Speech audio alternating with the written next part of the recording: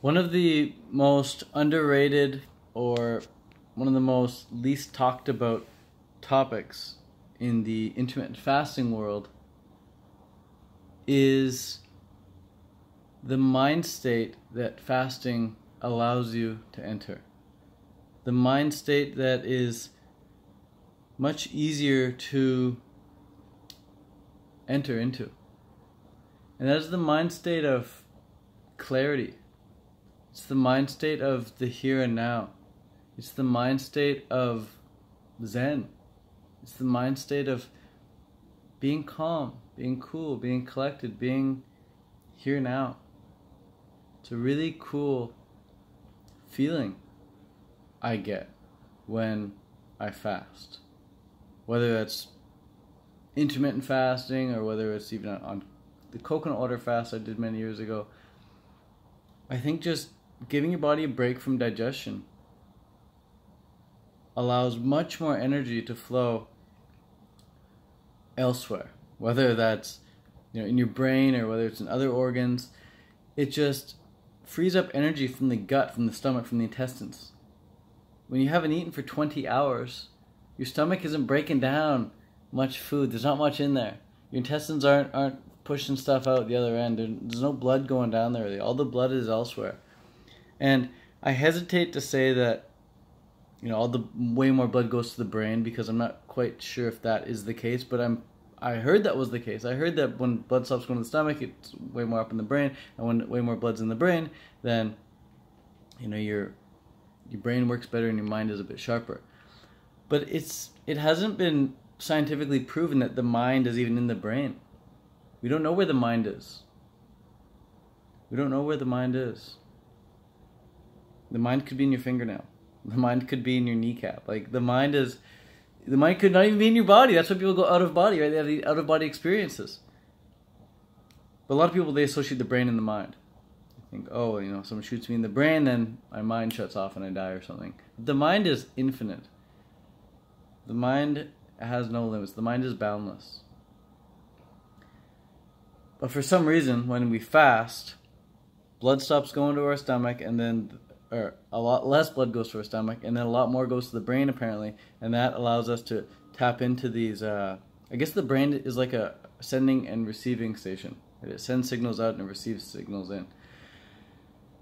And when you're fasting, you can really feel very differently than you feel when you're eating food all the time. When you wake up and have food, blood immediately goes to the stomach. And I found for me as a kid, even growing up, when I would wake up and I'd read something, I could wake up and I could read an article in a magazine or a book or novel I was reading so easily first thing in the morning. And as soon as I would eat some food, I couldn't really concentrate on what I was reading as much. I'd get distracted. I wanted to go do other things. My focus wasn't quite there. And now that I'm doing intermittent fasting again, this morning I woke up and I just drank some water and I read a couple articles online on this app called Medium. If you don't know Medium already, go check it out. It's a great app that lets you just read really awesome articles. I read an article about it's called The Power of Doing Nothing at All. So awesome, bro. So awesome. Check it out. I can maybe link it in the description. The Power of Doing Nothing at All. I think I'm going to talk more about that in my channel later on. It's just a really, really cool concept. It spoke about, not idolizing the people who are so busy all the time. Talked about how nowadays we think like it's a really noble thing to be busy all the time and to be getting a lot of work done. And to this day, I still think, we should try and get as much work done as possible, be as productive as possible. I like getting stuff done, I like making progress, but at the same time, it's like, it's not balanced if you're just working all the time. It's not balanced, and I like to live a balanced life. I want to live a balanced life. So fasting, coming back to fasting allows your body to create more balance.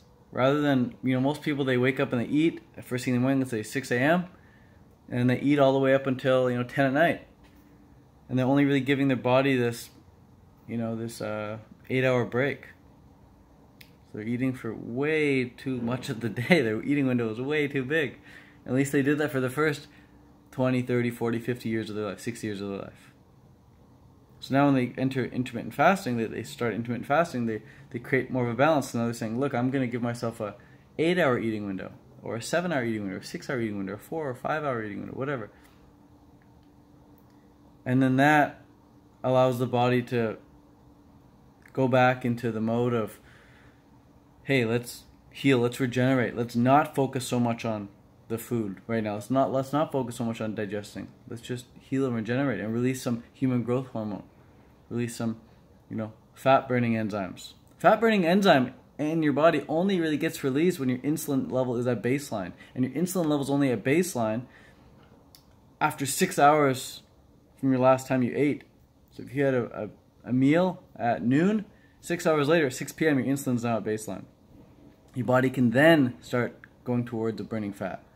Or if you have a meal and then you go out and do some cardio, like you go ride your bike or you go swimming or you go run for 45 minutes, then that brings your insulin down to baseline as well. But if you're just chilling around the house, it takes about 6 hours for that insulin to go back at baseline. Once your insulin's at baseline, then your body can start burning fat. Prior to then, it's not burning fat, it's just going to work on the food. It's just burning up all the sugar that you ate, or the carbohydrates that you ate. And if you combine that if you had a meal of carbs and fat, it's going to be even slower. It takes even slower to bring that insulin down to baseline. So that's really interesting. Cool thing about intermittent fasting is that, let's say you have your last meal at 4 p.m. Well, come 10 p.m. time, your body's entering that fat burning mode, and you wake up and you go all day again until 10 a.m. again. Let's say you eat at 10 a.m. That gives you 12 hours of fat burning that you previously weren't getting when you're eating all the freaking time.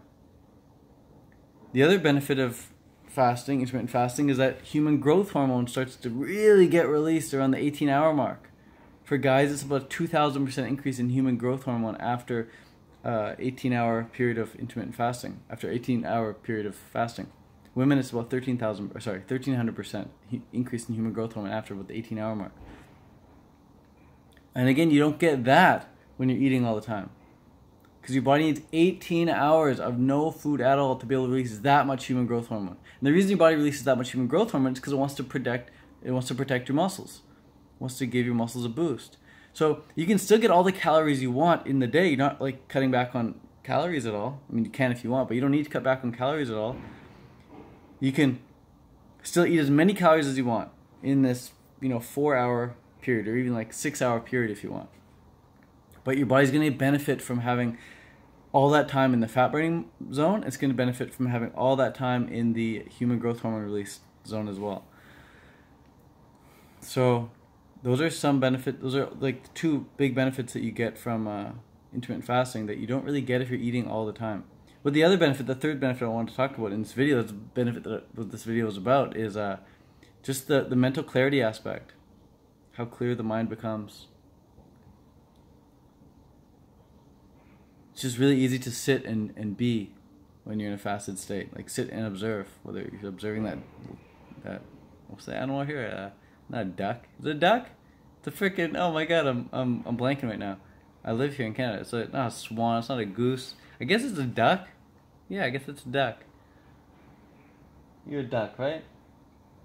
Yeah, I'm a duck. Yeah, it's a duck. This is maybe a special name for it. I was thinking of another name. A loon? No, definitely not a loon. It's a duck. You're a duck. It's a duck. Alright, well that's it. Hope you learned something from this video. If you did, happy I could help. Happy you enjoyed the video. Peace out. Thanks for watching to the very end.